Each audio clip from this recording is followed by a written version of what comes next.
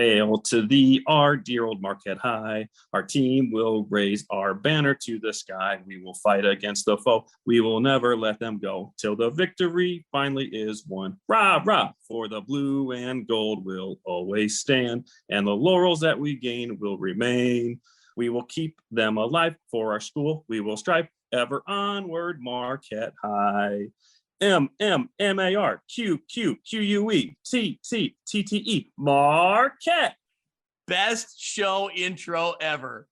Let's go. Talking Illinois high school football. If your goals are as high as you talk about, tonight's the night you go out and just take one more step. It's a view from the West. And it starts right now! Welcome back to View from the West podcast. I'm your host, Greg Armstrong, joined by the lovely tones of Mitch Stormer. Mitch, you're a good man. You followed through on the bet there. Although I will say that I've heard more enthusiastic renditions that come from the Knights of Columbus after a Marquette victory. But, you know, the effort is there. I appreciate it. I'll leave it to the experts for future reference. You know, hey, it was a good game. I'm a man of my word. That is a bet paid up on, and now we can move on. What were your thoughts when I texted you the lyrics on Saturday afternoon and said, get ready? Did you practice through them, or did you sing to your wife and your kids to make sure you were ready? Or no, they have no idea what that is. So yeah, you know, pretty standard as far as fight songs go, with a little bit of Ottawa Marquette flair. So yep. Yeah, having never heard it, we gave it our best shot. Well, see, Mitch, I've been battling all weekend to save my voice because I feel like I'm going to lose my voice at any time, and you can probably hear it as I talk. Yeah. But the good news is I knew I didn't have to sing. So, you know. Right. You had that going for you. Right. Marquette helped me out on that one. Mm-hmm. Well, Mitch, before we jump in, of course, we want to encourage everyone and thank everyone for listening, following along on Twitter, and also on YouTube. Mitch, have you seen the videos we've been rolling out on the YouTube channel this past week? Yeah, a lot of old school footage from deep in the Greg Armstrong archives. So those are cool to see. Yeah, I actually found, I just put it, if you go to View from the West on YouTube, search for View from the West. When you get to YouTube, find our channel. Of course, we always encourage you to subscribe and follow along. But Mitch, I found the very first Illinois high school football game that I covered when I moved to the Quad Cities. Wow. It was the Cambridge Vikings on the road at the Stark County Rebels, 2005. Mm-hmm. I believe it was week 5 of 2005. So I got that one posted up. So if Jade Nord is listening, you can head out there and, see some old clips via my camera lens from back in 2005. So right. Yeah. I think I was telling you, I think I would recognize some of those Stark County players. I went to Ambrose with a couple of guys who I know played for Stark County. So yeah, cool to see old footage like that. It looks so ancient nowadays. It does. You know what though, man? Those cameras shot really good. All things considered. Oh, sure. Looking back, like, man, it's standard def, but it still looks pretty good. I miss some of those cameras. They were high. They were high end. Right. They were nice. Right. But like I said, go out and check out. We got some classic highlights. We got Morrison from I believe it's the Morrison quarterfinal win over Newman in 2011 on their way to their second state championship. So I got that one posted up there. I also on the other side, I haven't posted it yet, but I have Dakota's win over Morrison in what year did we decide? 2007. It happened in 05 and 07. Yeah. Okay. I was there both times. Okay. One as a player and one with you on the sideline. Well, the 1 year with me in 07, I have that one to post for the people from Dakota listening. To Kyle Kampmeyer, I'm sure he wants to see it as well. So anyway, I encourage you to go out, and it's a bunch of fun. I've been converting some DVDs over to digital and getting them posted. It's a lot of fun. So Anyway, thank you to everyone who followed along. Mitch, at last check, last week's episode was our second most listened to episode of all time. So yeah. I haven't checked the final standings right now. Maybe I can pull it up real quick, but thank you so much to everyone who's been listening. Last week was a marathon. I don't know if we're going to be podcasting for that long this week. Last week was a long one. We were fortunate this week to have a lot of our area teams advance on, so we still do have quite a bit to talk about. But yeah, last week was a labor of love. It was a lot of research going into these matchups. So like you said, we're very thankful for everyone who took the time and listened, at least for part of it. Obviously, if you didn't listen for all 2 hours and 21 minutes, whatever it was, that's completely understandable. But hopefully you got something out of it. And again, thanks for listening. Well, Mitch, the people who listened, there were 772 of them. It is our most listened to episode of all time. So all right. we broke the record. So thank you to everyone who supports us and listens along. That does mean a lot. That's really cool. So very cool. This week, we're obviously going to be going into week 2. We'll look a little bit back on round 2. Look a little bit back on round 1. I encourage everyone to go out to Twitter right now, and you can check out the Instant Reacts podcast. Mitch, you stepped in when I said, nope, my voice cannot handle it tonight. Yeah. You and Kyle stepped up and did the Friday night reacts to some of the games that happened in round 1 on Friday night. And it sounded good. Yeah, after getting completely ghosted by everyone at the score, Kyle stepped in late. I think it was definitely midnight or after my time, so it was 11 o'clock his time. And I said, "Hey, you want to do it real quick?" He said, "Yeah, let's jump on." So we had no idea what we were doing when we started off, trying to get the technology to work, but we did. And thanks for everyone who either stuck with us or at least listened afterwards, because we know it was late. So again, thanks to Kyle for stepping up and covering 10 games or so, whatever it was we had on Friday. Yeah. Actually, more games now on Friday, a little bit, unfortunately, due to the referee shortage. But either way, it did kind of spread out the action a little bit in round 1. Well, and you know what? It also seems to me that the bigger schools play on Fridays. There wasn't many, 1A games that were, or 2A games that were on Friday. So I don't know if that has something to do with it. I don't know, but it, even this week we've got Moline on Friday night, Quincy's on Saturday, but Sterling is on Friday night. So I don't know if there's a correlation there or it's completely on refs. I don't know. Well, I have looked, when you look back, it is kind of funny that like Princeton has traditionally played on Friday night. I remember several Friday games before even Coach Pearson was there. That's always been their thing. Stark County has been a team that's played on Friday nights in the playoffs a lot of different times. So there's just several different teams that, whether it's a coaching thing or the school prefers it, I don't know, but there's you kind of notice the trends over the years. But I will say Stocking didn't ghost me because he at least responded, but Dazzo and Cuff just did not respond to text. And I understand it. I watched the score. It was their last one of the year, I think. So late into the night, totally get it. But come on, fellas, just a simple text. It's just courtesy. That's all. Man, just when I thought you and Dazzo were becoming friends, you've done a podcast together last week, and now here we are back to his lack of chivalry just reappears. All right. Well, should we jump in? Should we talk some round 2 of the IHSA state playoffs, Mitch? Well, let me say this, because I looked at this a couple times. It is second round, not round 2. Second round. Okay. Yes. That is the official terminology. Let's try and it's like when people say inaugural. Or first annual instead of inaugural. It's like that. So I wanted to look it up to make sure because I kept doing it on Friday and Saturday, like round 1. Okay. But I just say it says first round, second round, quarterfinals, semifinals. So all right. Well, the question becomes, who do we blame on our notes then? Who wrote round 2 at the top of our notes? Absolutely me. All right, good. I couldn't remember, honestly. So there you go. Absolutely me. So, all right. Well, we're starting in Class 7A. We're starting with the Moline Maroons. Mitch, they got the win last week over DeKalb, 21-13.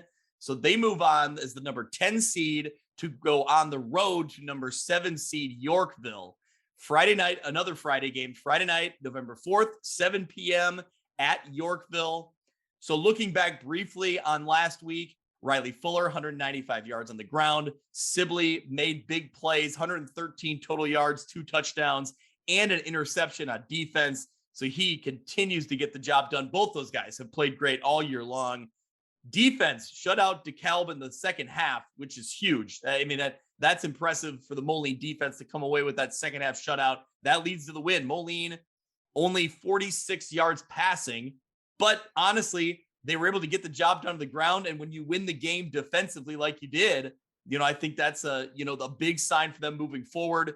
Coach Morrissey felt like they could control this game because of that. And so, this is honestly, Mitch, you look back, this is the first time they've been tested in a while. Yeah. The Sterling game aside, it's hard to think that Moline was really truly tested. Like you said, in about 2 months. So, but you're going to see that this time of year in 7A. And I said that on Friday night too during the reacts, is that every round matchup is going to be tough. So DeKalb came in ready to play, but as we've seen all year, it was the Moline defense that stepped up. Like you said, Sibley played really well on both sides of the ball. That clutch interception on defense. So, didn't pass much. Like Coach Morrissey maybe didn't think that they needed to. Maybe that works into their favor going into Yorkville. I mean, they're going to, Yorkville's going to have plenty of tape on the Maroons. So it's not like they're going to just see this DeKalb game and think, oh, they don't pass very much, because they'll see that. But maybe it's a little bit more hidden ammo for Moline going into this game against a really good Yorkville defense. Yeah, so a good Yorkville defense, a fast Yorkville defense. They're sitting at 9-1, the same as Moline. They won the first round 33-8 over Libertyville. Mitch, you did your homework. What do we know about is it Yorkville Foxes? The Foxes, yeah. All right. The Southwest Prairie Conference runner-ups to Plainfield North. That was also their only loss of the year, was to a really good Plainfield North team. As you mentioned, a really fast, stout defense. They've had 5 shutouts on the year. A pair of brothers, Andrew and Luke Zook, really the heart and soul of that defense. I think Luke Zook is a sophomore, but they both scored either on defensive side of the ball or in special teams. So really special players there. Offensively, and again, they play in a tough league. They only average about 22 points on offense. As you mentioned, 33 in that win over Libertyville. But in the loss that they had to Plainfield North, Plainfield was able to get through to them and score through the air. And that's kind of why I mentioned that earlier, that if Moline was maybe not intentionally hiding something, but maybe they can prove to Yorkville that they can pass, because they've certainly shown it all year. Obviously, they haven't needed to allow it with Riley Fuller having the year that he's had, but can the Maroons capitalize if that is one of Yorkville's, what do I want to say, one of their shortfalls is pass coverage. So we'll see. We'll see what happens. I really liked how Moline has obviously played all year. Really liked how they were battled in the first round. And that's what you want. You want to be able to be in those sort of tough situations and be used to it when you're going to play a tough team in Yorkville. Yeah, I mean, I don't know much about Libertyville coming in at 5-4, the team that Yorkville just beat. But I will say that, I think Moline got a test in DeKalb, right? We talked about the DeKalb program that year in and year out plays a really high-end football, really high-end football. So I'm impressed with this win. And I like that, man, if you're playing good defense this time of year, like, that will keep you in a lot of football games, right? I mean, and we talked about it on Friday in the Instant Reacts too, that Moline's trying to break a couple of trends here. They've never been to the third round, and they haven't won 10 games in a season since 1906. So trying to buck the trend there. They're going to have a shot. This is a good Yorkville team, but this is a really good Moline team too. So really looking forward to seeing this matchup. This is a Friday night game, 7 p.m. at Yorkville.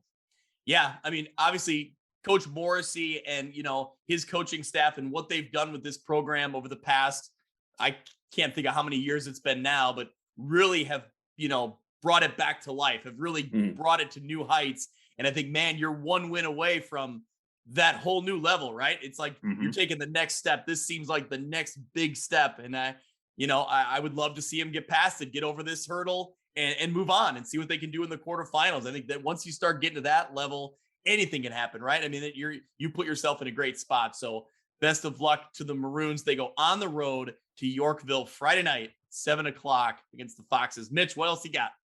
I'm just going to say the winner of this game would go on to play the winner of the 2 seed Arlington Heights Hershey, who is undefeated at 10-0, and the 18 seed Batavia at 7-3. That would be your quarterfinal matchup. We'll see how it shakes out. Again, I'd love to see Moline Maroons marching on here and be able to talk about that next round. So we'll see see what happens, see how it plays out. Well, Mitch, let's move into Class 6A. Quincy, the Quincy Blue Devils moving on in the playoffs. And you talk about big wins for a program. Mitch, that was only the second playoff win in school history last week. So a huge win 49-42 over a good Chatham-Glenwood team out of a really good conference down there in the Springfield area. Braden Little just continues to impress. Yeah, this was an awesome game between two really, I mean, it was a shootout, and we're going to get another one here in the second round. So on Friday night, Braden Little, 24-27 for 426 yards, 4 touchdowns. Jarius Rice, 154 yards. He had 3 touchdowns on the ground. He had another one receiving. On the other side for Glenwood, their quarterback, Jack Knudsen, 22 of 34 for 342 yards and 5 touchdowns. So two just really, really dynamic quarterbacks playing at the highest level. This was a game that Quincy was up 40-19 or something like that. Glenwood made a charge late, but the Blue Devils were able to hold them off and like you said, advance here. So a great game by the players, that we have seen do this type of performance all year. And as you mentioned, a historic win for that program. Yeah, huge win. So they have never been they've never advanced past the second round. So okay. Moving forward, anything here is history for this Quincy football team. And I like where they're at right now, Mitch. They just, in a win like that, when you have a younger group, they've gained experience, obviously, this year, playing really well in the Western Big Six, but still overall, a lot of kids that are juniors and sophomores. And to kind of get a big lead and then have a playoff team like Chatham-Glenwood charge back at you, but to keep that composure and to keep scoring and to know, like, hey, we're in a shootout. We got to keep scoring. We got to keep up with them. And they held them off, right? I love the confidence that this team is playing with right now. And I think sometimes when you're that young team, I think I mentioned it last week about, I can't remember if it was Quincy or somebody else, but sometimes these younger teams, I think that they just, their identity isn't to overthink it. They just show up and play, right? So, right. The expectation or the pressure maybe isn't as high for them because they are a younger group. And I think we talked about it in the playoff preview, like having that game against Rock Island where they were down 28-0 and coming back and winning. That just could monumentally be, a key point in their progression. They're certainly going to have to play similarly against Lamont. Really impressed with what Lamont has to offer as the number 1 seed here in 6A, but it's hard to say that Quincy can't do it the way that they've been playing. Yeah, well, let's get into a little bit of Lamont here. Year in and year out, traditionally a very good football program. This year is the same. They're the number 1 seed, like you mentioned. They're 9-0, now 10-0. They get their first round win. I have to think about it every time now when I say first round or round 1. I got it though. First round win, 55-14 over Blue Island Eisenhower. So Mitch, you've done a little bit of homework here. What do we know about Lamont? What is their nickname? I don't know if I know it. I don't know. We'll have to look that up while you're talking. Yeah. I know that they're good. I'll leave it at that. They are the South Suburban Blue champions here, undefeated. They average about 45 points a game. And when you see who their quarterback is, it's pretty easy to see why they score that many points. Peyton Solomon, he's going to be playing on Saturdays. There's no question about that. He was a player of the year for the conference, but also the deep dish player of the year. If you follow us on Twitter, you've seen us. Coach Big Pete. Yeah. Coach Big Pete and Deep Dish.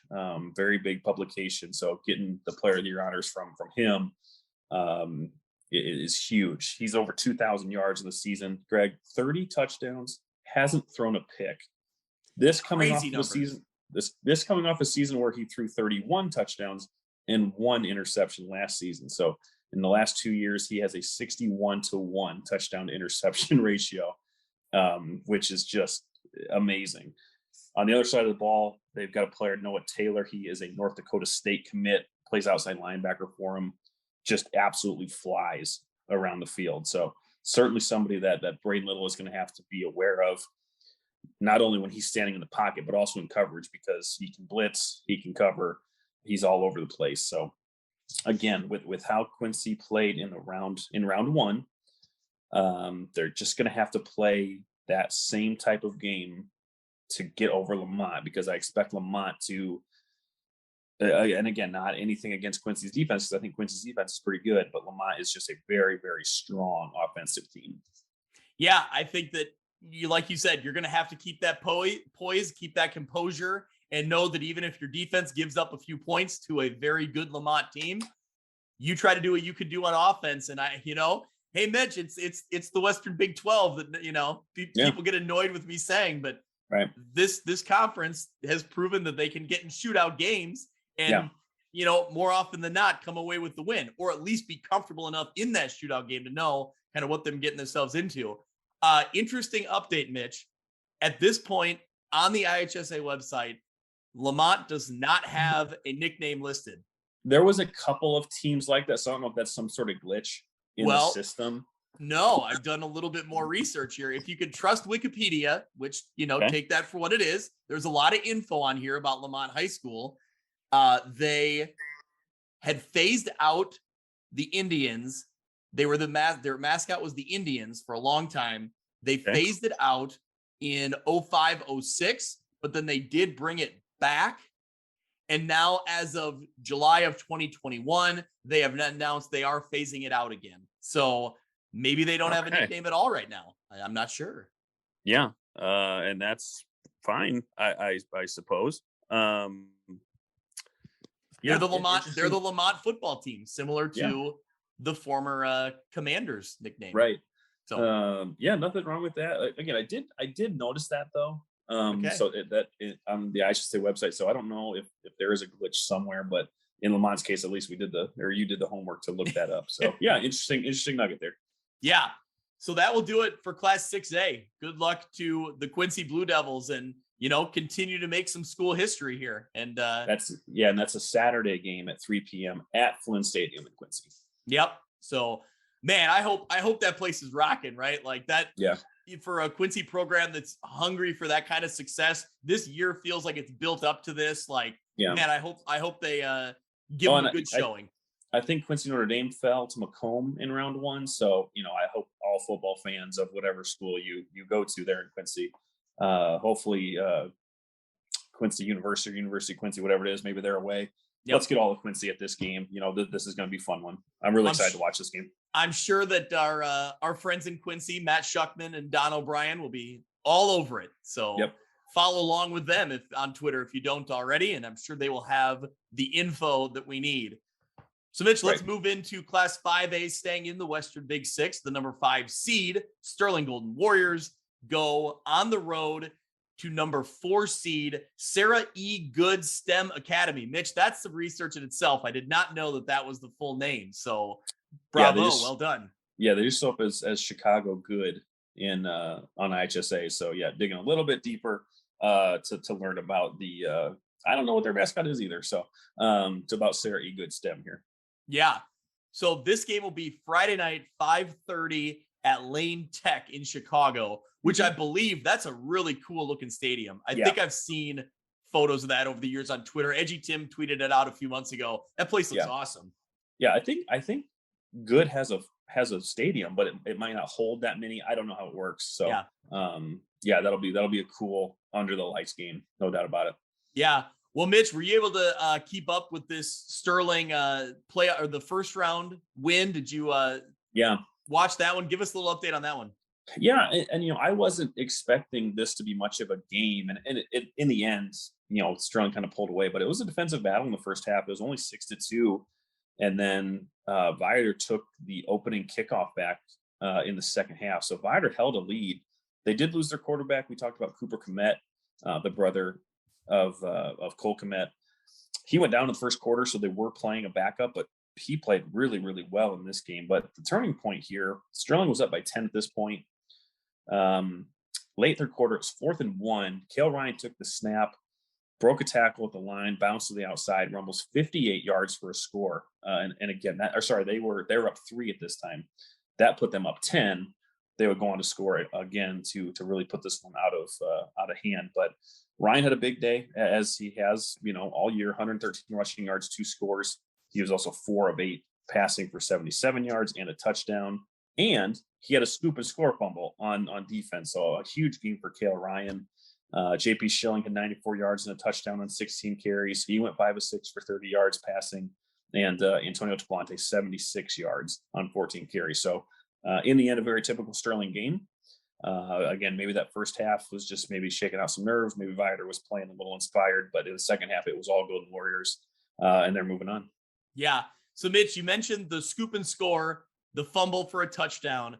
Let's talk about this stat that I heard. Talk about an impressive ratio. Yeah. Sterling has forced 22 turnovers this season, and they themselves have only turned the ball over 3 times.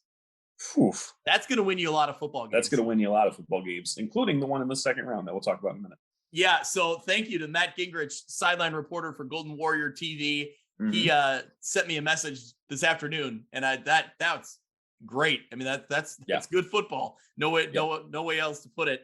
Now, I don't know if that's Chicago good football. Get it? See what I did there? I see. Yeah, there's not a lot of that going around these days. So, in any class, high school, college, NFL, none of it's good. So, okay. Well, let's talk about what do we know about Chicago good, Mitch?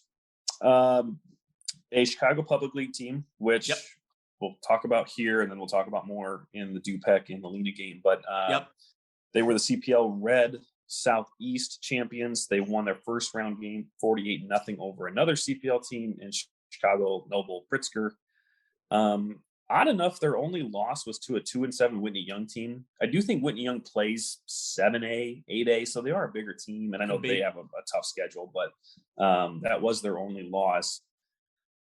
Don't know much about them, to be honest with you. Really don't. So hopefully Coach Schlemmer and the boys have plenty of film on these guys, which I think when we get to Lena, I don't think they had any tape on Chicago Richards. I don't think they ever got any, but oh wow, a point for another game. Where I fall in this is that, and I've said this to you, I do not trust a Chicago Public League team. I just don't. I don't mean it as an insult to the team, to the players. They just don't play the type of schedule that's going to win you any playoff games. So could they beat Sterling? Sure. I don't know much about them. They could. I don't expect it though, because again, I don't like their schedule. I don't like that they always just play other CPL teams. They got an easy one here in the first round, another CPL team. So just knowing how good Sterling is and how typically CPL teams fare in the playoffs. Again, that's bad analysis to judge a game off of, but it's happened enough times to know, or at least to expect what's going to happen. But even if I thought Good had a chance, again, Sterling has just been so impressive with all of their playmakers and the stats that you just gave on their defense that they're going to win a lot of games. I think they're going to win here and move on. Yeah, you look back at the one Chicago Public League team that really kind of turned heads and really made a name for themselves was Chicago Phillips, right? And right. And before them, it was the narrative you just described, where you just never thought one of those Chicago Public League teams was going to be a threat getting deeper into the playoffs. That Chicago Phillips team, they really did completely flip that narrative. They changed it. They played great football. Sterling saw it firsthand. Sterling played them in the semifinals one of those years. So, but yeah, outside of that Phillips program, you really don't see it. So you're right. I don't see this one as a huge challenge for Sterling. Obviously, it is on the road. It's a road game, so you do have to go on the road and get a playoff victory. Overall, yeah, I think this one sets itself up nice. The bracket has set itself up nicely for Sterling overall. I mean, and looking ahead, I know, players and coaches, they can't look ahead, but I guess, the nice part is for us, that's what we do, and when you do, I mean, when you look ahead at this bracket, I think they've caught a break by going to the north and where they ended up in this bracket exactly. If they win here, I'm looking at Sycamore probably winning as the number 1 seed. Sterling would have a matchup with Sycamore, which we called out back, in our playoff preview as a potential quarterfinal matchup. You look at the other side of the bracket, I think you're better off, going north. That south part of the bracket, you have Muhammad Seymour and Metamora going up against each other as the 1 and 8 seed. On the opposite end of the bracket, I think the 2 best teams in the South, Peoria High School and Kankakee, are playing each other in the second round. So I think the way this bracket is shaped up, Sterling's in a good spot here. I think it's probably where you'd want to be. So, yeah. I'm interested to see if Carmel can actually win that game over Sycamore. I think Carmel's had a good year. They always play a tough schedule, so that'll be a good one to see. That'll be Saturday, so the Sterling game will be decided by then to see who that winner plays. If it is Sterling, they'll be able to watch that game and maybe scout ahead of time. So, Yep. But I think you made a great point there. Morgan Park, who is in the North bracket, is a really good team. Obviously, Boylan Catholic is good too. So not to take away too much from the North, but as you said, the real heavy hitters are playing in the second round already in the South.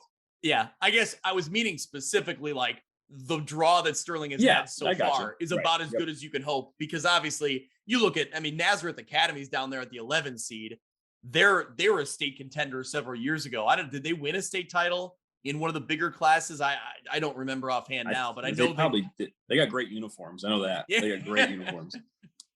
So I know they're always they've been a power program the last few years. Mm-hmm. So there's certainly talent in here. Obviously, this far into the season in the playoffs, you're going to see talented football teams. But all right, let's before we jump down into 3A and talk Princeton, we do want to give congratulations, shout out to Geneseo and Spring Valley Hall. Both of them were in the Class 4A bracket. Geneseo went on the long road trip to Carterville, top seeded team, fell short in that one. Played tough early on in that one. Mm-hmm. I was curious to see if they could pull off that upset, but Carterville's a good program. They come away with the win in that one. And then Spring Valley Hall, great that they made it into the playoffs at 5-4. Mac Rossetich, what a season he had. Was able to get one touchdown against Sacred Heart Griffin, but man, Sacred Heart Griffin is just a juggernaut, and they couldn't do quite enough against them. So that's your 4A champ. So it was a tough draw for Hall. But as you mentioned, great seasons. Great to see both of these programs back in the playoffs. Both programs have state championships under their belts. So good to have them back. And we wish them the best in the offseason and look forward to covering them again next year. Yep, absolutely. Let's jump into Class 3A. Mitch, the Princeton Tigers, the top seeded team, they go up against the number 8 seed Genoa Kingston. They will stay at home Saturday, 1:00 in the jungle. Mitch, mm-hmm. Have you seen the playoff end zone striping that they put out there every year in Princeton? It is beautiful. Yeah, I love the setting there in the jungle. Saw it ahead of time, and then the first round game for Princeton was the game that I watched. So it looks really good under the lights too. So yeah, a great setting. Great that they've got 2 home games here to kick off their playoff campaign. Yeah. So Mitch, you got a chance to watch this one. Tell me, give me the details. Yeah, it was a typical Princeton game. It started off a little different. Trying to think of, I can't even think of it. Piatone. Sorry. Their offensive formation was kind of like double tight, double wing. And so, fullback, quarterback sits real low, fullbacks right behind him. Wing backs are real tight to the line. So they did a lot of misdirection, and we're able to control the line for a little bit. But where Princeton really started to find success was to get them into situations that they had to pass, because that's not Piatone's game. So made them uncomfortable, got the win. Had a weird situation where the coach got kicked out right before halftime and then got another unsportsmanlike penalty at halftime, I think. So just a bizarre game, but by then it was over. Princeton, just cruised. Tegan Davis, 11-14, 239 yards, 4 scores, had another one on the ground. His main target was Noah Laporte, 123 yards receiving, 3 touchdowns. Piatone was giving him 10 yards off the line. It was just pitch and catch. It was super easy for them. The Christensen brothers, great night. Augie Christensen had 2 touchdowns and 71 yards. His brother Ace, who's a sophomore, had a 75-yard kickoff return for a touchdown in the third quarter. Good playing time for the backups, the second string for Princeton. So always good to get in a playoff atmosphere and get those kids playing. And now they bring in Genoa Kingston. Man, you want to talk about the key, or what you notice about successful programs year in and year out is that you start seeing those names, right? Like as the season rolls along, it's like, oh, here's a sophomore they have that put up 2 scores, or here's, you know what I mean? It's just you could tell, those good programs, they just have next man up. These kids are ready to step up and start performing. We saw Tegan Davis as a sophomore, playing significant minutes, and you knew that kid was going to be good. And now here we are. And speaking of Tegan Davis, he becomes Princeton's all-time leader in passing yards, now at 3,318. So huge credit to him. And you think about a lot of times when a quarterback sets a high school record like that, it's because they've been playing quarterback since they were, sophomore, maybe even a freshman.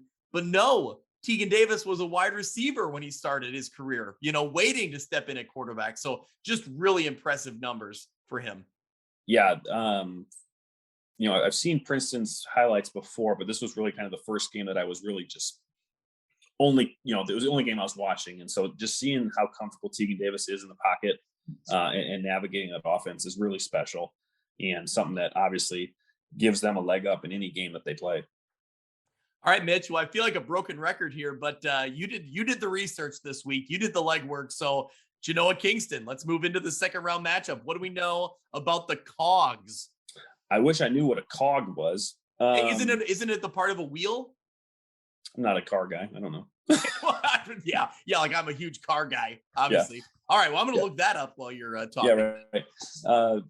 So the Cogs, they out of the Big Northern, a conference that we've seen a lot of teams here in the playoffs and talked about. They won their first round matchup 16-8, tight battle against Elmwood Brimfield.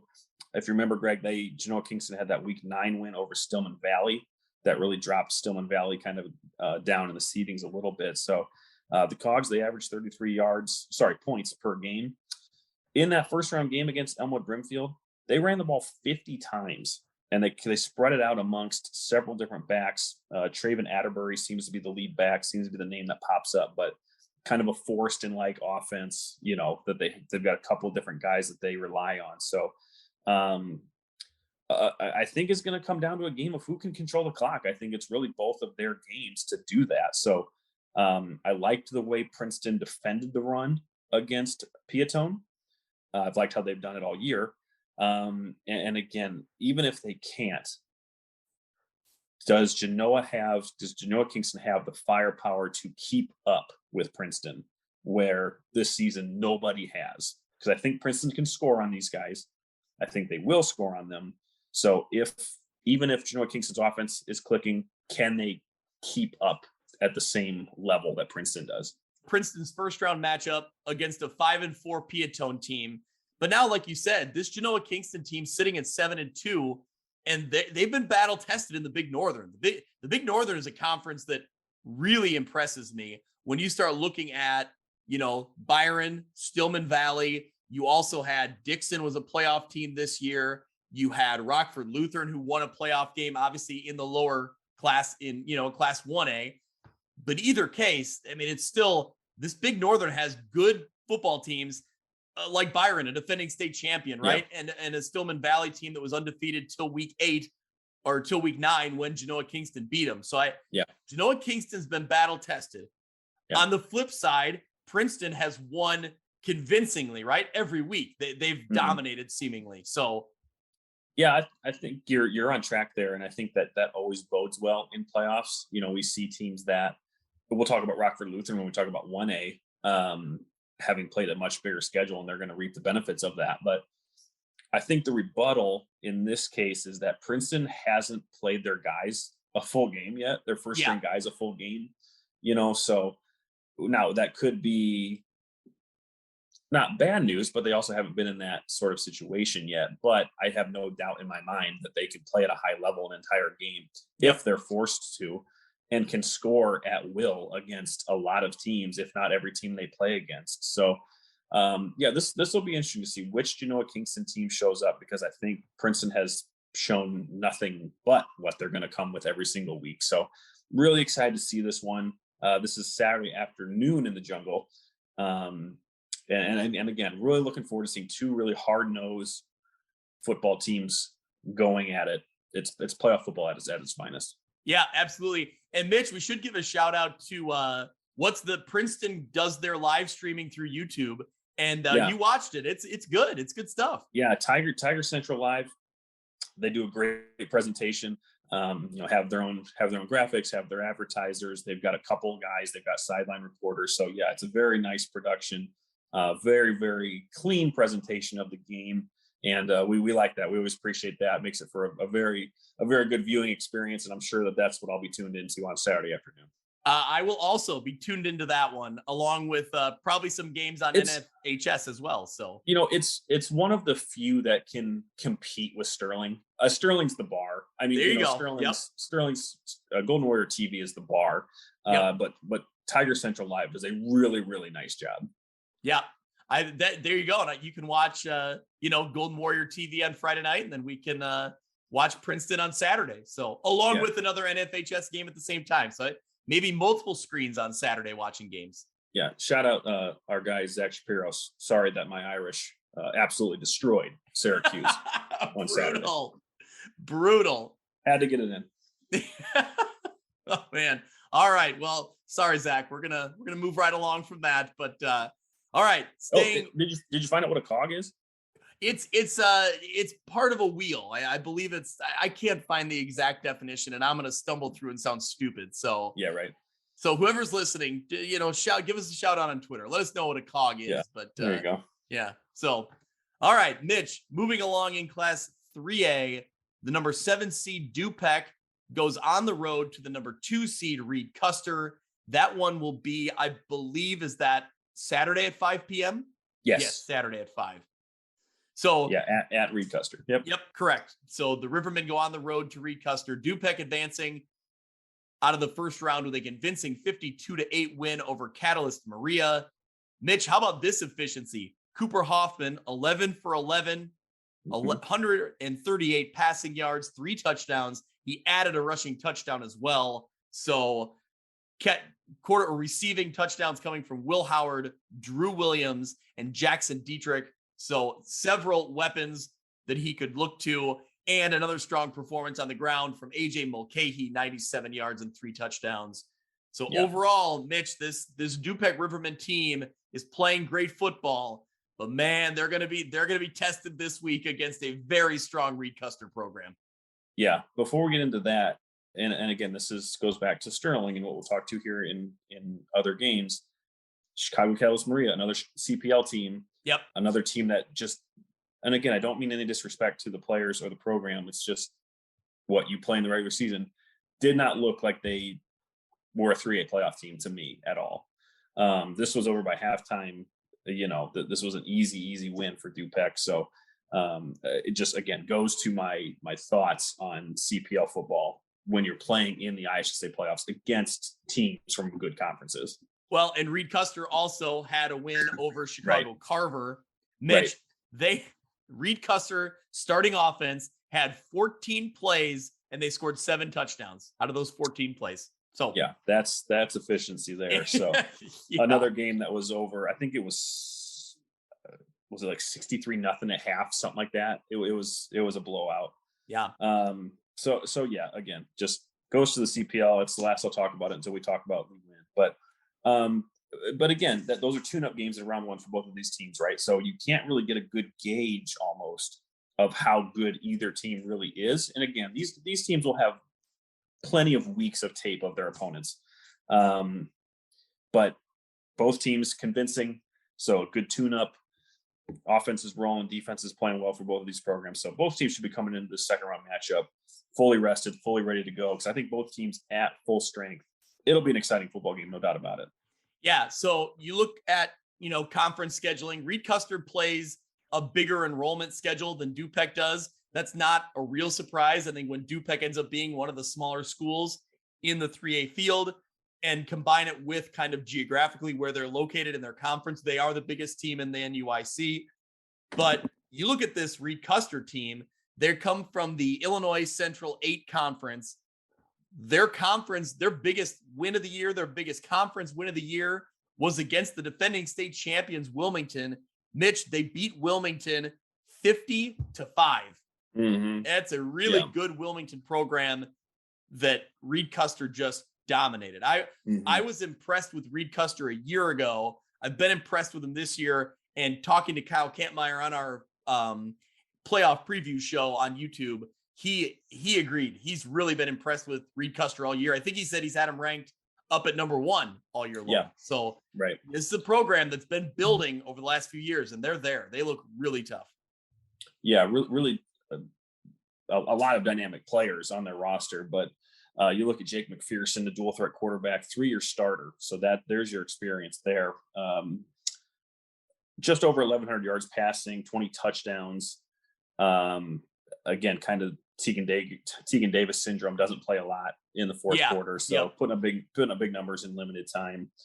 Also has 600 rushing yards and 7 touchdowns. So, you're talking almost 2,000 all-purpose yards and almost 30 touchdowns. Jace Christian seems to be their running back, 691 yards, 17 touchdowns on the ground. For an offense that is over 3,000 yards, Greg, and 50 touchdowns, just a rushing attack, I should say, over 3,000 yards on the ground and 50 touchdowns. So this is a team that can hit you in both ways. So Dupek's defense is really going to have to play well. They've shown they can do it, but this might be the most talented team they've faced all year.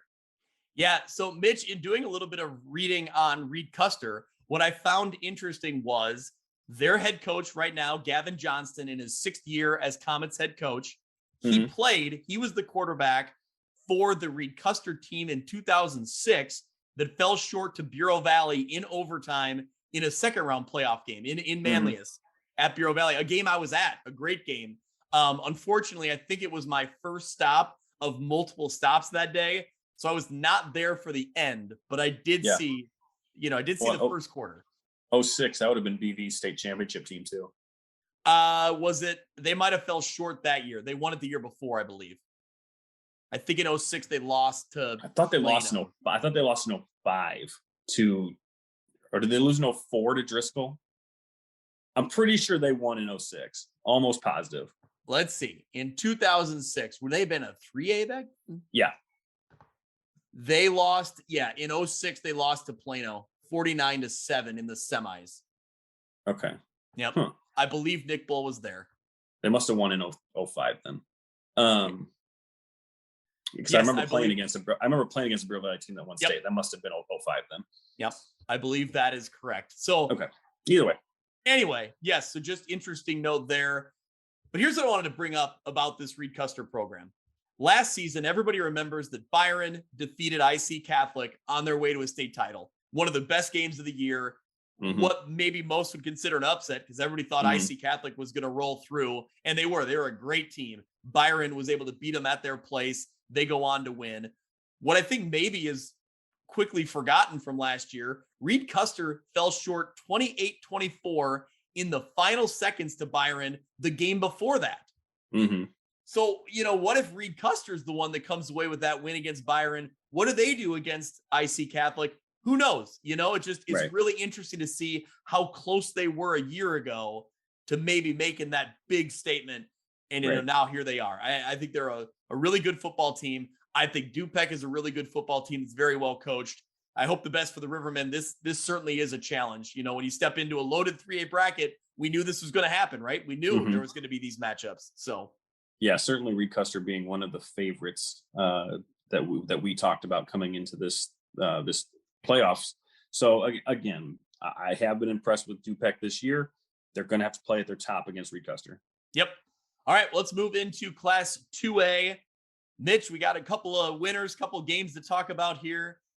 Rock Ridge goes on the road to Bloomington Central Catholic. That one will be Saturday at 1:00.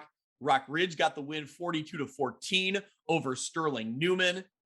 Peyton Locke ended up with 170 yards and 4 touchdowns in that one. Connor Deem finished with 92 rushing yards. Alex Zarlatanis added 82 more yards, a total of 348 rushing yards for Rock Ridge. So they continue to play well. They move into the second round in this matchup against Bloomington Central Catholic. They got the win in overtime, 27-26 over Mercer County. This was maybe one of the best games of the first round, especially in our area, at least. Yeah, really, really tight game that, as you mentioned, went to overtime. Mercer County ended up scoring first. I don't know the circumstances on why they went for 2. Didn't get it. They tried to run it. It failed. I believe they're the Saints. Bloomington Central Catholic goes down to score, kicks the extra point, game over. So, again, a really, really, really close game. We thought Bloomington Central was going to be pretty good. Again, a team that played a really tough schedule coming in. But we also knew Mercer County was good. So that was a great game. Their quarterback, Colin Hayes, Bit of a dual threat, 136 yards rushing, 3 touchdowns in that one, 7 to 10 passing for 84. So again, I think this will be Peyton Locke is healthy. Connor Deem's playing well. As you mentioned, Zarel Tanis has had such a good year. So I've been so impressed with Rock Ridge all season, even their week 1 loss to Princeton, that I am curious to see if Bloomington Central can stop them just the way that they've been playing. Rock Ridge defense, obviously a Newman offense that we weren't overly impressed with all year and really shut them down. But Rock Ridge has played great defense all season. So I'm expecting a really good game here. But again, I like Rock Ridge, I like the way that they've been playing with a healthy Peyton Locke. And we're hoping to be talking about them in the quarterfinals. Yeah, I think for me, the key is for Rock Ridge, what's impressed us in the last few weeks is that they've jumped out on teams, right? They've gotten that big lead. They've really taken over momentum early in a game, and then their defense is able to slow a team down, not let them get back in it. I think that's everything for Rock Ridge, right? You build that confidence early, get your offense rolling. I think, man, I saw it in the second half of that Sherrard game when they really got things rolling with Connor Deem at quarterback. And that was still before he really had time to practice and really work on things. But I think now that he's really had time to get settled in at quarterback, I do think there's potential there. We've seen it. We've seen the potential, obviously. So I think it's a tough challenge against Bloomington Central Catholic. But I think that based on what we saw in the first round game against Mercer County, Rock Ridge should absolutely be in this. And I think that they can come away with this win. Yep.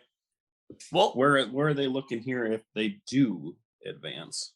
So if Rock Ridge wins, advances, they would go up against either Moreau Forsyth, who's the top seed, or the number 8 seed Farmington. So interesting there to note that, Mercer County beat Farmington to start the year. So I think, I will say on the other side of that matchup, Moreau Forsyth is undefeated right now, and they seem like the real deal. So I would suspect really good as always. Yeah. I would suspect that they will be the ones moving on. But I think that, if Rock Ridge can come away with this one, they will certainly be battle tested heading into a matchup against Moreau Forsyth. And I would believe Moreau Forsyth has hosted both their games. So that game would be at Rock Ridge. So again, coaches, players can't look ahead, but we can. So, Right. Yep. So, all right. Well, Mitch, let's move down the bracket to Knoxville, the number 7 seed. They advance to go on the road to the number 2 seed, Bismarck, Henning, Rossville, Alvin. That's all a lot of names, a lot of words. Yeah. I didn't know the Rossville Alvin part. I always knew Bismarck Henning, but here we are. So yeah, I thought I always, have trouble with Robo Williamsfield, and now we've got more names here because they're not acronymed. So BHRA, let's say that. But in the first round game for Knoxville, they looked impressive against Mendon Unity. Jumped out to a 20-0 lead, didn't look back, rushed for 414 yards. Stop me if that doesn't sound like a Knoxville game. Yeah. Oscar Young had 209 yards on 27 carries, 3 touchdowns. Jackson Johnson, 114 yards. Braden Downs did have a catch, 48 yards, so they were able to throw the ball just a little bit. But that defense, that Knoxville defense, allowed only 153 yards. Greg kept the Mustangs out of the Knoxville side of the field until midway through the third quarter. Yeah, that's really impressive. That's an impressive stat. Mitch, you mentioned Braden Downs, 1 catch, 48 yards. His stats on the year are crazy to me because he's put up some big numbers, but it's all like 1 or 2 catches for 30, 40 yards at a time. I mean, when they needed an explosive play, that connection between Honeycutt at quarterback and Braden Downs at wide receiver, it's a real threat. I mean, you rush for 400 yards a game, you're going to set yourself up for a play action pass or something like that. So, that's what I was going to say. Right. Absolutely. And the fact that, a lot of times that's a great, thought to have that let's run. And then when they're not expecting it, we're going to throw over the top of them. But a lot of times these teams down in 1A and 2A don't have the ability to do it, right? They just, they don't have the connection at quarterback and wide receiver to make it happen consistently. What I've been impressed with is the Blue Bullets do. They're getting that job done. Great game for Oscar Young. I mean, we've talked a lot about Jackson Johnson's, stats and numbers that he's put up. Oscar Young has been right there alongside him, and he really had a breakout game in this playoff performance. So, that's a great sign. I think if you're Knoxville, that you're kind of, diversifying your offense a little bit. You have multiple weapons out there. So, right. Yeah. So, BHRA edged out 5-4. I got it all in there. BHRA. Yeah, right. Edged out 5-4 Westville 43-35. That's a team they beat in week 8, 52-7. So I don't know what you read into that, but what I will say is, does that give Knoxville a little bit more momentum coming into this, knowing that they seem to be the one riding the wave here? Yeah, I don't know if BHRA's result gives Knoxville momentum. I just think the way that Knoxville has been playing, right? They probably went into week 9 not expecting to come out of it as a tri-champion of the LTC, and then played really, really well against Mendon Unity. So I've just been impressed with how Knoxville has been playing these past couple of weeks specifically. So I think they've had that momentum, right? Yep. So does it give them maybe an edge? Possibly. I don't know much about Westville, but that's quite the turnaround, right? To lose 52-7 one week and then keep it close in the playoffs. But we'll see. Knoxville on the road in this one Saturday afternoon. Looking forward to it. But again, I like just how Knoxville has been playing recently. Really good offense, complemented with a really good defense. Those are your top two, qualities you want to have in the playoffs, and it served them well in round 1. Looking forward to seeing if they can do it again here in the second round. Yeah, I just said round 1. First round, fail. Second round. Fail. I'm not going to edit that out. Nope, that's fine. Looking down at the other end of the bracket here, if Knoxville is able to get by Bismarck, Henning, Rossville, Alvin, they will really have a tough test then in the quarterfinals. Wilmington or Downs Tri-Valley. So that would be the 3 seed Wilmington or the 6 seed Downs Tri-Valley. 2 very good programs we've talked about a lot over the years. Wilmington, the defending state champion, obviously a great program. So, the test will get very real next week, but they got a road test to pass this week, and best of luck to the Blue Bullets. Like you said, they've been playing really good football. So this is the time of year to be doing it. So Yep, no doubt about it. Let's jump into Class 1A. Mitch, the Fulton Steamers, the number 4 seed, goes on the road to 12 seed Rockford Lutheran. Game time for this one, 1:00 Saturday, November 5th. Mitch, Fulton gets the win over Aurora Christian in the first round, 38-13. Coach Patrick Lower said his offense was incredible, and they did a great job of mixing the run and the pass.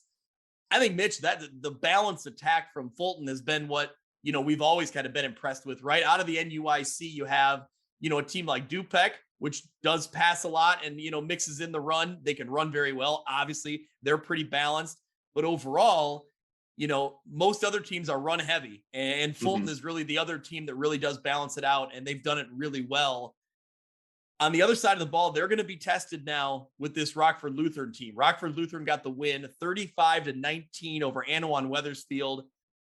David Ballard had a 99-yard interception return for a touchdown for Rockford Lutheran. That was really a crushing blow on a scoring chance for the Titans when they were already leading 7-0. So just a, bad time for a play like that to happen when you're about to go up 2 scores. But this is an impressive Rockford Lutheran team. I think when we were going down the Class 1A bracket, they certainly stood out to us as a team that had been, battle tested. Yeah, to beat a team like Anawan Weathersfield, call it what it is, as soundly as they did, it's impressive. It's not going to go unnoticed. So we kind of talked about when we were talking about Genoa playing a tougher schedule there in the Big Northern. This is a little bit of a different ball game because you have that same sort of dynamic that Rockford Lutheran played in the Big Northern, but now they're playing against 1A competition. So again, doesn't mean that their enrollment's any different because they're still playing with the same number of kids as other people as other teams in 1A. But again, that experience factor. So, but I've been really, really impressed with Fulton too. So this is a good test for both teams, I think, because the winner would advance to Lee Win if Lee Win beats Rova. And that would set up a very, very big game. The Fulton and Lee Win played a good game in the regular season. Obviously, if Rockford Lutheran wins, coming off of a win against Fulton, we'll be certainly impressed with that, and it could be a contender to compete with Lee Win. We don't know at this point, so I think this is a good measuring stick for both teams, and really looking forward to it. Fulton, again, the way that they've been playing, the way that they played it in round one, like what they're doing, but Rockford Lutheran sneaky here in 1A. Yeah, absolutely. And we've said Rockford Lutheran is battle tested, but come on, Fulton plays in the Northwest Upstate Illini. Obviously they've been battle tested as well. So, this is a really intriguing matchup. Like you said, I'm excited to watch that one. And Mitch, before we move along, we do have to give a shout out to Anawan Weathersfield linebacker Matthew Centeny. He tweeted at us his season long highlights from Huddle. Mitch, 120 plus tackles. Yeah, man. So some college coach, if you're listening, get this kid on your defense next year, man. What a just awesome football player, right? I mean, he flies all over the field. Those numbers are eye popping. Yeah, having a nose of the ball like that is a special quality to have. So, yeah, we're happy to share that. Obviously, one of the more dynamic defensive players that we've covered. So we wish him the best of luck. A great year for Anawan Weathersfield, despite the loss. Can't take away a co-conference championship for them. So great season for Matthew. Great season for the Titans. But again, ultimately here Saturday at 1, this Fulton Rockford Lutheran team, maybe one of the most intriguing games here of the second round. Yep.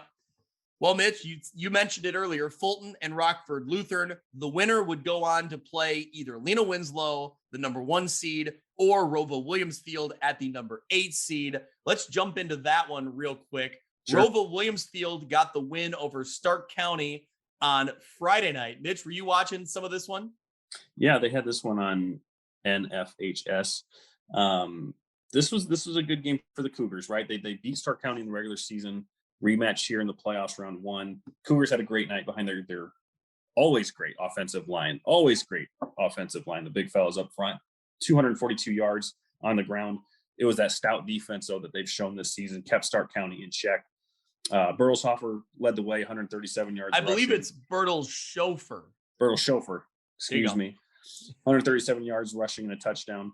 But again, that defensive attack, Luke Nelson, Brody Bledsoe, Bertelshofer, all had over 7 tackles apiece. So they're going to need to do that again, right? Against this Lena team who has taken care of business all year. Didn't really have to do a whole lot in their round 1 game. So they're going to be coming in completely fresh with their stable of backs. So the Cougars are really going to have to put up not just this type of defensive performance, but exceed anything that they've done all year to really have a chance in this one. Not saying it's not possible. We just know what Lena Winslow's capable of when they are in full attack mode, because I don't even think they were, and they won 42-8 in the first round. Yeah, I will say, the positives coming in for Rova Williamsfield, this team, this program, players, coaches, everybody, they're riding all the confidence in the world right now, right? Like, they make the playoffs as the Rova Williamsfield co-op for the first time, and they get a playoff win, obviously the first one in the short history of this co-op. And Mitch, like we talked about, this is a program that had struggled the last few years. So for them to be kind of riding that wave, again, we talked about kind of riding that wave of momentum and confidence. I think that, see where that can take you. They're underdogs in this. I don't think there's any secret around that, but you do what you can. You go on the road, and I think you play your heart out, give it everything you got there. Lena, the scouting report, I guess, on Lena would be on the defensive side, that they don't get tested through the air a lot. So can Riley Danner have some success? Maybe that's their game plan. I don't know what they plan on doing, but the Cougars have certainly shown that they can have success through the air. They might need to do it against the Panthers to have a shot here. Yeah, well, I mean, it's, Riley Danner, we've talked about him all year. His numbers are impressive. And yeah, they can spread you out and they can throw the ball around a little bit. So see if they can have success against Lena Winslow. Obviously, there's no secret. Lena Winslow, they're going to run right at you. And you got to find a way to stop it. And there's not a lot of programs that have figured it out over the last few years. So, This one Saturday, 1:00 in Lena. Mitch, have you been to a playoff game or a football game at Lena Winslow? Never in person. No, I've seen it. Yeah. But that doesn't compare to being there. It's great. I mean, obviously because of, the talent that they bring to the field, and the community is so bought into it now because of everything. And it's a great place to see a football game. So, yep. That one Saturday, 1:00. Well, Mitch, the other side of this bracket, we have, a couple other NUIC teams here, Forreston and Dakota. We'll start with Forreston. Yeah. They go on the road, or they will host Chicago Hope Academy. So Saturday, 2:00 in Forreston. Another great place to see a playoff football game. Mm-hmm. Forreston will host the undefeated Chicago Hope. They're the Eagles. I was going to say it, and then I couldn't. Yeah, some sort of bird. Okay, all right. Yes, the birds. So Chicago Hope undefeated this year. Yeah. But Forreston, Mitch, this was a sneaky 5-4 team, and man, did they prove that on Saturday against St. Bede. It was. Go ahead. Yeah, I mean, it was almost again, no disrespect to Prue St. Bede, but it was almost expected just because we kept saying that Forreston was a team you did not want to see in the first round at all.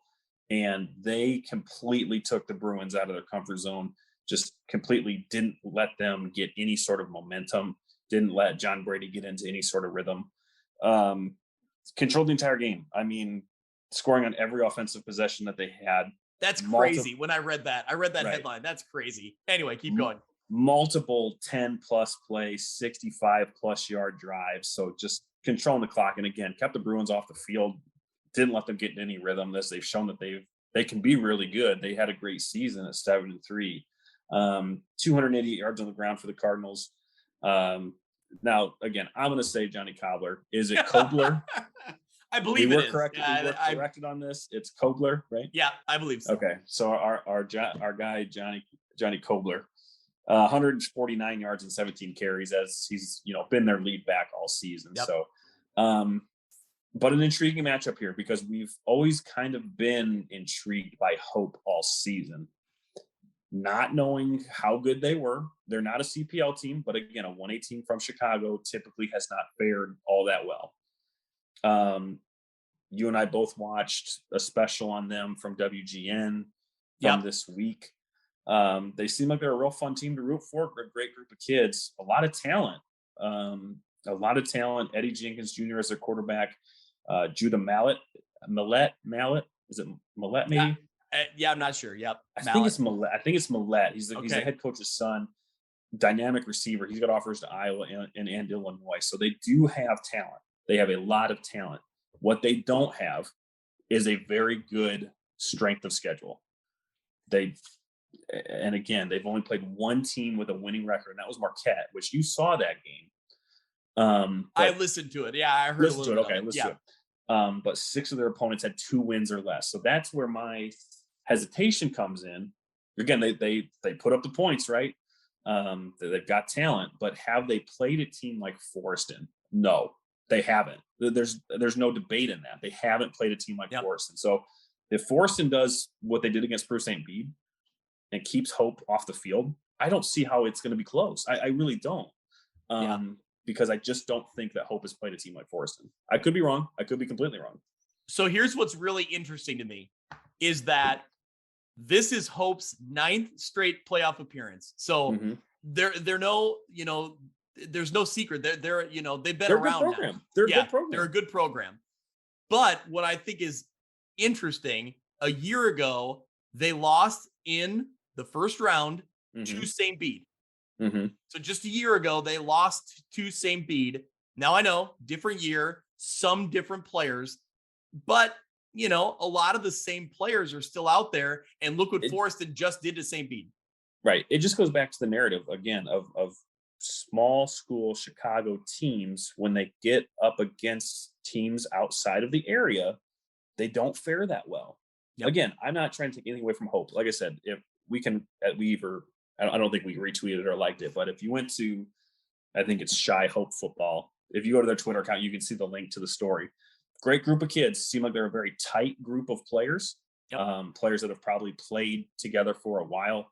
But again, they just haven't faced somebody like Forreston. And I think that's what's going to give the Cardinals the edge. Yeah. So I think when you look at, the makeup of this Hope team, you obviously talked about Eddie Jenkins and Mellette at wide receiver, Mallet, however we pronounce it. But either way, two dynamic, athletes as weapons. They also do have a very big line, especially on defense. So they're bigger, but I don't think that phases an NUIC football team, right? No. I mean, that's especially Forreston, right? Of any NUIC team, I don't think that part's going to phase them. Like line play, they're going to be okay. Forreston's going to hold their own regardless. That's what they're built to do. That's what they're coached for, or ready for. What I noticed in the stats that Keenan Janicki sent over to us, Forreston has outscored opponents this season 138-45 in the first quarter. If they can jump out quickly on this Hope team and then play ball control football, they're moving on. I can't see how Hope would be able to overcome this Forreston program or this Forreston team if they don't have the ball in their hands. If Forreston holds the ball for that long, which they're capable of doing. What I also thought was really interesting, Keenan Janicki had an interview with Kevin Hieronymus from the Bureau County Republican after the game. And his quote was, against St. Bede, we controlled the ball, we controlled the time, and that's exactly what we wanted to do. And he said, usually we're no huddle, we're up and moving, but we decided the last couple of weeks to slow it down.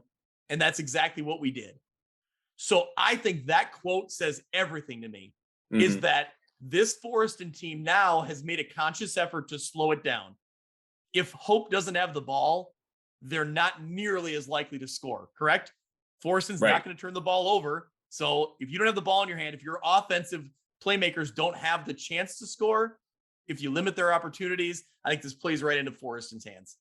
Yeah, I think so too. So looking forward to it. The Hope could completely prove us wrong, as we've had questions about them and how good they actually were all year, that this is their chance to show us any different. And it could happen. It certainly could happen.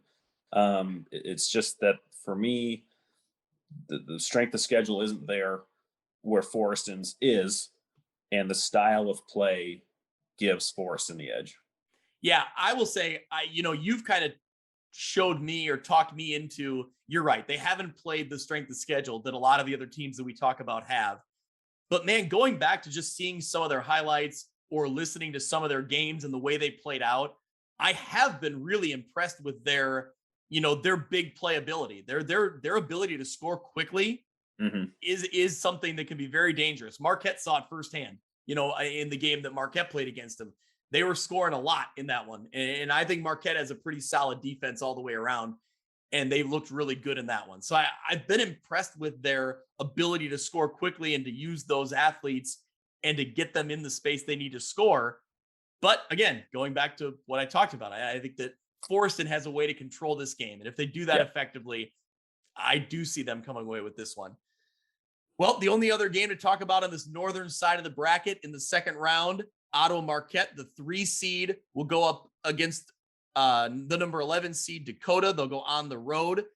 Let's start with Dakota, Mitch. They get the win. They get the win on the road at Iroquois West, 16-14. Tell me a little bit about the story of this game. This is a great win for the Indians and their program. Yeah, Iroquois West, a team with a huge line that Dakota was kind of overcome late, but the Indians were up 14-0 in the third. The Indians were down 14-0 in the third. They get one back in the quarter. But the big credit here in the entire game, and then most crucially late, was the Indian defense, right? They forced 3 turnovers and 2 turnovers on downs. So you have 5 turnovers altogether. Most crucial of which was a forced fumble late in the fourth, I think right around 5 minutes or so. Adrian Arellano ended up scoring off of that, and he got the 2-point conversion, which pushed them ahead to 16-14. And then again, it was that Indian defense. Iroquois West drove a little bit. I think they got past the 50, and Dakota was able to bat down some passes towards the end, because I know Iroquois West is a good kicker. And so they were trying to get into that at least field goal range, but the Dakota defense denied that. So this was an unbelievable game. Great playoff victory here for Dakota. Great to see them back in the playoffs, back with a victory here, and ultimately hosting a playoff game where they've had a lot of success. Yeah, I mean, a huge win for Dakota, huge win for head coach Dan Sheets in his first year, at the helm here. And to be able to bring his playoff team, his team into the playoffs, get a win, and now get a home game, huge. I mean, it just huge, swing for this program, a Dakota program that was, really hungry for success and to get back to, where they feel like they should be in the NUIC. So credit to them. They go up against Otto Marquette, the number 3 seed. Mitch, do you want to sing again, or do you want to just? Are you good? Yeah, one time was enough. Yeah. Okay. All right. Just double checking. So. Yep. So this one will be 1:00 on Saturday in Dakota. Marquette got the win over Morrison. Mitch, were you following along with this one? I was kind of out of the loop on Saturday, but I knew that my dad was texting me a little bit, and I think you were kind of following along. Yeah. Marquette was able to overcome some early mistakes, and then they really contained Morrison in the second half, coming away with a 20-6 win. Yeah, hard-hitting game between two, really good programs who traditionally have played against one another. Obviously, Marquette used to be in the whatever it was called. It was Big Rivers, Three Rivers, whatever it was. So, Morrison led 6-0 at the break, and then halftime talk, whatever it might have been, they made all the adjustments they needed to. I think they scored, and I'm going to look up the running back's name really quick. They ran 2 of the same type of trap play. Gurney Reed was the running back. Journey Reed. Yep. Same style of trap play that we know that Coach Yupst has drawn up for decades now. And he scored, I think one was like 28 yards, one was 50 some yards. So they really found what was working for them. So great win. Great setting too. Saw some pictures from this game, which leads me to the other point on Saturday. Yes. It was like a perfect playoff weather day, right? Every single picture I saw, every video I saw was like picturesque Illinois football on a Saturday. So that was great. Well, Mitch, that's what I told you last week. Gould Stadium. It's beautiful, right? You saw I it. saw it at night. I don't know. I'll take your word for it. I played there at night. Now you've seen pictures. It's beautiful. Yeah, right.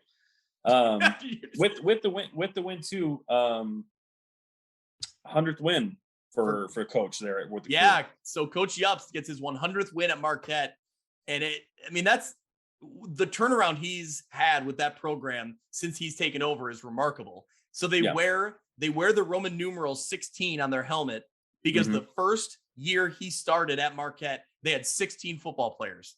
Okay. And now look at where they've come. Now they have a full sideline and they're winning games. They're winning, every year. So yeah, and I imagine he had 100 wins at Morrison too. I would have to think. I'd have to look. I don't know. Yeah.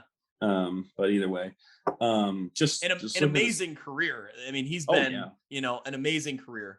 Yeah. Looking at this bracket now, Greg, we've talked about every single second round matchup in the 1A North. We have teams involved in all 4 of those games. Yeah. And probably have a chance to, at least have one, right? Otto Marquette, Dakota, one of those teams will be moving on. Yep. We could potentially be talking about all 4 teams in the quarterfinals being teams that we cover. So that would be something that we expected, right? And that'd be cool. That'd be really, really cool to see. A lot of fun. I was going to say, I think there's a chance that it's all 4 are NUIC teams in that quarterfinal. Yeah. At worst, teams that we cover, right? Obviously Rova and Lena, one of those 2 will be a team that we've always covered. So they'll be in the court. So two teams we know that we'll be covering in the quarterfinals. It could be all 4. I'm really interested to see how this Dakota Marquette game plays out. I think that, you kind of saw it, and we saw it in this game against Morrison. Marquette is so well coached and well prepared. And even when the game doesn't go their way in the beginning, I think that combination of coaching along with the experience that this team has, they're not phased, right? They know they know what they need to do. They know, and they're able to execute. These players have playoff experience. They have big game experience. Now on the flip side, this Dakota team is playing, with all sorts of confidence now. And they're not your standard, ground and pound NUIC team that we've seen out of Dakota in years past. They've really become more balanced. Caden Niedermeyer has some impressive stats out of the quarterback position. And obviously Adrian Arellano has been, a weapon on the ground running the ball and as a wide receiver. So curious to see who has the advantage in line play, right? I think that becomes a key because both these programs have, dynamic athletes that can make plays. Who wins the line of scrimmage? I'm really curious to see that. And I think that goes a long way in this one. Yeah. Like you said, looking forward to seeing that. Two really good teams, and playing in a really, really fun environment at Dakota in playoff mode. So yeah, looking forward to all four of those second round games. Yep. Well, Mitch, we've talked all about the second round. Are you ready to move into the 8-man quarterfinals? Yeah, that's easier to remember. Yeah. All right. Well, let's jump into the quarterfinals. Let's start with Amboy going on the road to Milford Cisna Park. Amboy gets the big 48-0 win over Blue Ridge. Mitch, a great story for the Clippers. Their only senior on the roster, Tucker Lindenmeyer, he's back at the quarterback position. He completes 8 of 12 passing in the opening round game, 148 yards, all in the first half, 2 touchdowns and an interception. He also ran it twice for 13 yards, converted a pair of 2-point conversions, but just a huge boost for the Clippers. Yeah, Amboy was number 1 when he was healthy, and things turned a little bit when he was out. But also credit to Amboy to overcome that, right? It's such a good player, and Tucker Lindenmeyer went out for a handful of weeks, and they still, almost kept the status quo, right? With the gauntlet of a regular season schedule. So with him back, really intriguing game here against MCP, where Lindenmeyer was hurt when they played in the regular season. So a bit of revenge on the mind for the Clippers. This will be fun. This will be a good game. Yeah, and I believe that Milford Cisna Park was banged up a little bit too. I believe they had an impact player that was out for a while, and now he's back and healthy. So this, really could be it's another great matchup. There's so many good matchups. Yeah, we sound like a broken record when we talk about 8-man, but it is. Pay attention because it is. Yep. So looking, that game is in the middle of the bracket there up on the top, the 4 and the 5 seed. The winner of that game would play either Decatur Lutheran or the number 8 seed St. Thomas More. So St. Thomas More got the win over the 9 seed Pawnee. That game was really kind of a toss-up game. Both teams, Pawnee and St. Thomas More, have really been tested this year. It's St. Thomas More coming away with the win. But Mitch, I think the story on that top half of the bracket, Decatur Lutheran and their running back Leighton Miller. Holy cow! I mean, he runs out of the Wildcat, kind of quarterback position, but his numbers every week are unreal. Give me the rundown on this week. Yeah, let me give you his week, and then let me give you his year. This week in the 70-46 win over Martinsville, 24 carries, 405 yards, and 7 touchdowns. On the year, Greg, 3,247 yards, 49 touchdowns. Man, 49 touchdowns. And I know it's 8-man, so there's a little more scoring, but man, give the kid credit. He is a wrecking crew for this Decatur Lutheran team. Is he a junior? Only a junior, I believe. Yeah. So, I mean, he is really doing some great work. Getting impressive looks, which you might not get a whole lot in 8-man football, but he's getting, college looks. Yeah. Well, it seems very well-deserved. Right. So that is, like I said, Decatur Lutheran will meet up against St. Thomas More, and then Milford Cisna Park and Amboy will meet up in the 4-5 matchup. On the bottom half of these quarterfinal brackets, speaking of a team playing really well, West Central, the number 2 seed, will go up against the number 7 seed Milledgeville. This one will be in Biggsville. So West Central got the win 72-16 in the opening round over South Beloit. Caden Drosty, 353 yards on 10 carries, 7 touchdowns. So he's going touchdown for touchdown with Leighton Miller there. Are they on? Could they meet in the championship? Oh yeah, absolutely they could. Yep. Okay. Again, not to say that's going to happen, but I would like to see that matchup. Yeah, I think that's what a lot of people have kind of circled, in their minds, that one could be end up being the game. Also for the Heat, Mason Carnes added 113 yards and 7 carries with a touchdown. Parker Meldrum, 78 yards and a touchdown. He does great work on offense and on defense. So the Bigsville West Central will play host to Milledgeville. Milledgeville got the win 52-10 or 52-3 over Scioto West Prairie. With just over a minute left to play in the first half of this game, this Saturday playoff game, Milledgeville lined up to receive a kickoff after a West Prairie field goal. Up to that point, pretty low scoring, pretty close game. Kaysen Johnson takes that kickoff back for a touchdown, 86 yards. That ignites 4 touchdowns in the last 2 minutes and 30 seconds. Ooh. I mean, just a crazy flip for Milledgeville. They're an explosive team, and they certainly did it right there when they needed to. Yeah, we've seen Kaysen Johnson called a lot of times on, if it's not a kick return, scoring in multiple ways. So, yeah, a dynamic player. Just another, one of many that Milledgeville has. So this will be an exciting game. West Central won the regular season matchup pretty handily, right? Yep. 64-36. Milledgeville wasn't completely healthy then. So looking forward to seeing this with Milledgeville have all their playmakers back and hopefully at full speed, because they'll need it against a really good Heat team. I think, I watched that West Central Milledgeville game in the regular season, and you're right. It ended up getting kind of away. It got away from Milledgeville. But I think in the 8-man game, some of these scores can be a little deceiving, right? Like a game can get away from you quickly. And then a team really, kind of runs it up without the negative connotation. They just end up scoring a bunch, And now credit to West Central. They made the stops. They looked really impressive on defense that day, and they really were not letting Milledgeville get by. I mean, anytime they were wrapping up a ball carrier as soon as they made contact. They weren't missing tackles. So that credit to them. But I say that, maybe with a fully healthy Milledgeville now, does that make a difference? I don't know. It's a tough test. They're going on the road to West Central.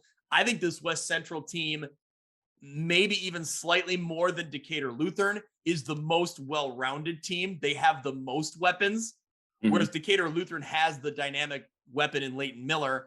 I don't know they have as many playmakers as West Central does. Certainly, Milledgeville is right there. They're right there with them. And on any given day, I think in the 8-man game, you can see a team come away with a big win. This one's really interesting to me. So we'll see how it plays out. Mitch, the winner of that game would go up against either Ridgewood or Polo. So two teams from our area, but playing kind of in different conferences or different divisions of 8-man football. Ridgewood gets the 58-26 win in the opening round over South Fork. Riley Couture, 5 of 5 passing, 142 yards, 3 touchdowns. Adding a rushing touchdown, Gavin McDonough, a name we've called out a lot, 192 yards, 2 touchdowns for Ridgewood. Mitch, this Spartans team doesn't pass a lot, but hey, if you're going to do it, 5 for 5 with 3 touchdowns is pretty nice. Yeah. Couple other names here.